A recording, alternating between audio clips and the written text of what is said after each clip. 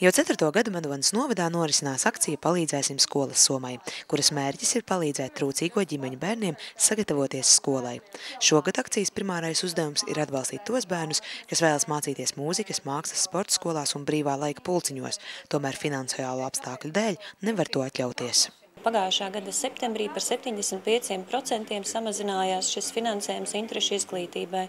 Un līdz ar to tika pieņemti arī ministru kabineta noteikumi, ka interešu izglītībā finansējums ir trīspusējs – valsts atbalsts, pašvaldības atbalsts un vecāku līdzmaksājumi. Un tieši tāpēc arī mēs ļoti jutām, ka ir samazinājies arī šis bērnu skaits pulciņos. Un bērni, kas septembrī atnāk, viņi ļoti grib, bet ir šīs maksas. 2 lati ir Vadotas bērnu jauniešu centrā, 3 lati sporta skolā, 6 lati mūzikas un mākslas skolā, un plus vēl ir jāpērk materiāli, lai piedalītos pulciņos un kādus darbiņus izveidotu.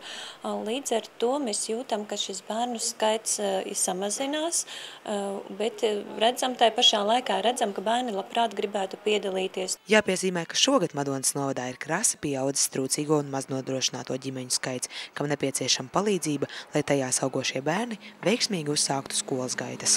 Lai cik skumji negribētos atzīt, bet šo trūcīgo ģimeņu skaits ir 3-kāršojies, salīdzinoši ar iepriekšējo gadu. Un tieši tādēļ, lai cik tās akcijas būtu vērstas viena otra, ja, noteikti ar tādu pilnu prieka sajūtu, noteikti visas ģimenes nevarēs doties uz skolu, jo tomēr, kā minēju, šis skaits ir gana liels. Akcijas Palīdzēsim skolas sommai organizatori ir gandarīti par ziedot gribētāju atsaucību. Šogad, lai gan tikko ir akcija sākusies, jau parādās cilvēku interesi un par ko ir īpašs prieks. No vienas puses, liels paldies ir uzņēmējiem. Protams, tie ir lielākie atbalsti un fundamentāli. Un prieks, ka šogad jau zvana un saka, Klau, nu tad tur jums būs, jā, tad dodiet ziņu, sūtiet mums kontus, kur var skaitīt.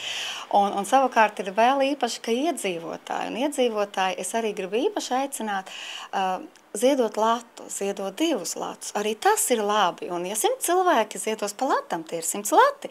Un tā tad jau bērni, 3, 5, 10 bērni var mācīties. Akcijas ietveros iedzīvotājiem un uzņēmējiem ir iespēja ziedot nevien naudu, bet arī citas skolai nepieciešamas lietas nogādāt uz Sarkano krustu Madonā Parka ielā 4.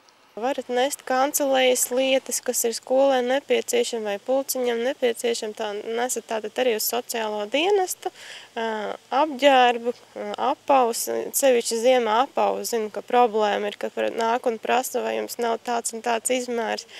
Tos tātad var nest uz Sarkano krustu, kas ir šīs ēkas 2. stāvā. Ģimenes, kurās ir saņēmušas trūcīgās ģimenes statusu, tiek aicinātas pie manis uz kabinetu numur 3 šajā pašā sociālajā dienestā Parka ielā 4 Madonā. Un tad mēs tur aizpildīsim anketiņu, ievāksim datus par šo ģimeni, un tad, kad būs akcijas rezultāti zināmi, sazināsimies un veidosim sadarbību tālāk jau visa gada garumā. Akcijas lielākā aktivitāte ir plānota līdz 30. septembrim, taču ziedojuma vākšana un iespēja palīdzēt turpināsies visu gadu.